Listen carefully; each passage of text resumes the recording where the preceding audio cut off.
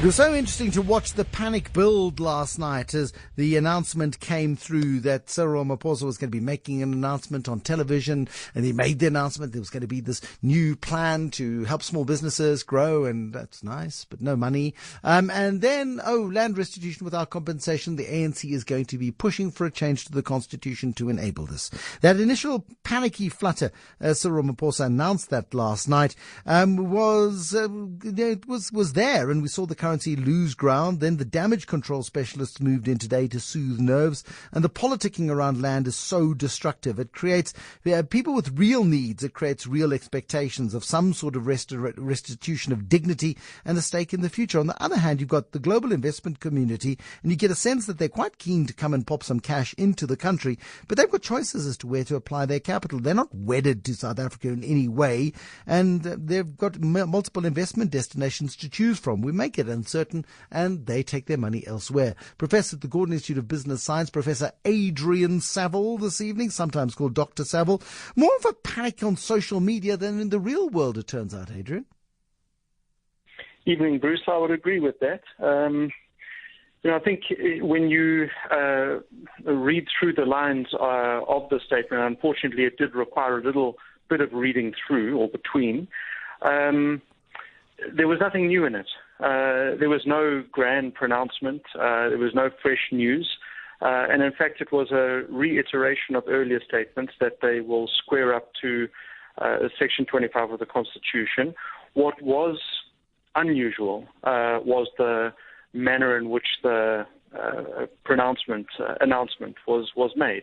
And that this really isn't the place for the president of the ANC to make a declaration, because land ownership and the Constitution are matters of Parliament, not the president of the ANC. Although the president of the ANC was making a statement on behalf of the ANC saying that the ANC will support changes to the Constitution. My issue with it was that what right has the president of the ANC got to commandeer national television time? The president of the country. Sure, I know we're going to be accused of argy-barging around semantics here, but there are subtle and very important differences. The separation of powers of the head of state and the head of a political party. Surely that's more concerning.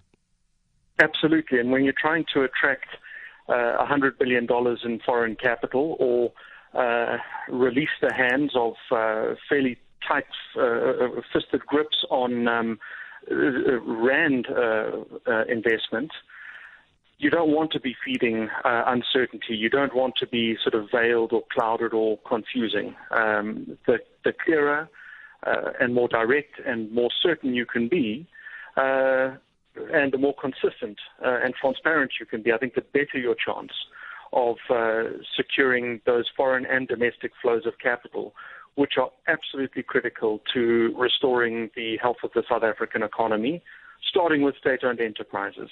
I mean, Enoch Godongwana today, quite circumspect. His clarification, I suppose, designed to calm nerves. Essentially what he said was, yes, I know the president said last night that the ANC is going to support land restitution without compensation, but we'll do it responsibly. So we're back to square one again in terms of it being as clear as mud.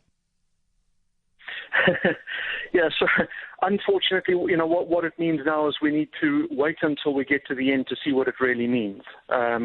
And that's the feeding of uncertainty. In no way does it take away the critical need to resolve inequality, economic disenfranchisement in South Africa. These are deep issues that have to be fixed in this country. But I'm not sure that you fix it by being confusing or not entirely clear on the way in which we will, or the place in which we will land up.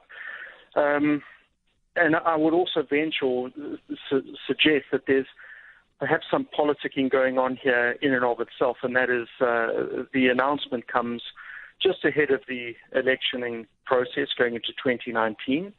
and it defangs the EFF of one of their primary weapons, which is the land issue. I think it was a Zapiro cartoon the other day, which had a bulldozer digging out a big wad of grass and Julius Malema going flying and saying, "Hey, that's my turf," and the ANC juggernaut, yes. the ANC juggernaut stealing the EFF's mantra away from it, making it very difficult on an electioneering point of view.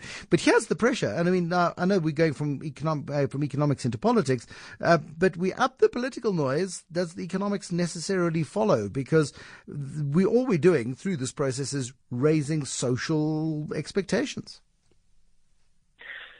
We might be doing that. And to go back to the earlier point that I argued is, I don't think it takes away, or if anything, it probably underlines the importance of achieving redress and reversing inequality.